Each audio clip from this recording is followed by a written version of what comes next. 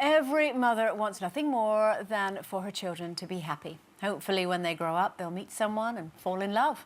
But when you're the mother of an autistic child, things are a little more complicated. Those with autism find it difficult to read social situations, therefore making the matchmaking process even harder. Two people who know that only too well are our first guests, author Kathy Lette and her son Jules, who has autism. Kathy was so desperate for him to experience the joy of love and sex that she considered hiring a prostitute for him. Both join us now. So welcome. Welcome to you both. Lovely to see you. Lovely to see both of you.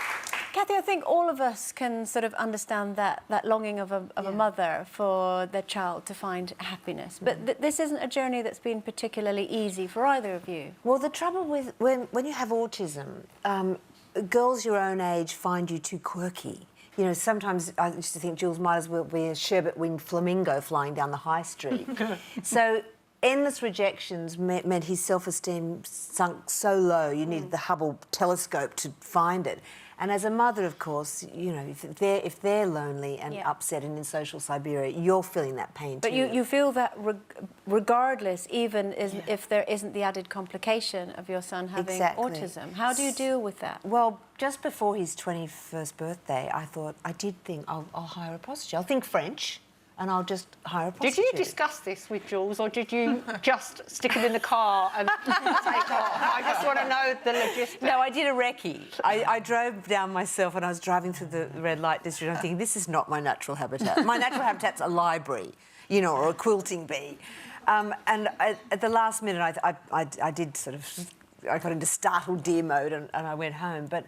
And just after that, you met your girlfriend and fell in love and nature took its course, which was great.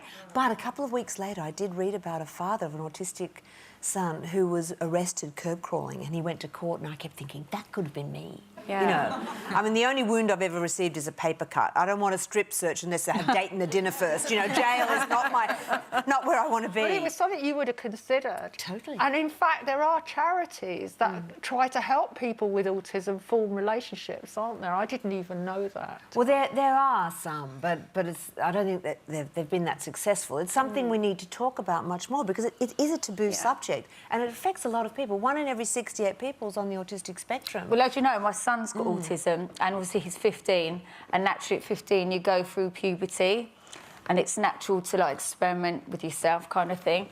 And we sort of joke, but because what I read about what you said as well, because you're high function autism, as they would say, isn't it? And Harvey's the different end of the spectrum. Yeah. So, you know, is it fair for him to experience it? And then Kieran joked and said, oh, should we get a prostitute when he's like 18th, for his 18th birthday? And I'm like, well, it's my little Harvey, and he hasn't got a clue about that side. But then do you bring it on? Or so, I don't know, it's a situation. What do you do? Do I leave it? Do I let him experience it? I think you wait and see if he's angst-ridden about it, if it's an issue for him. And for Jules, it really was, wasn't it? So, Jules, can I just ask you, how would you have reacted if your mum had said to you that she wanted to get you a prostitute? Well, I would have thought about it a little bit. Obviously, I would have... parts of it I would have enjoyed, probably.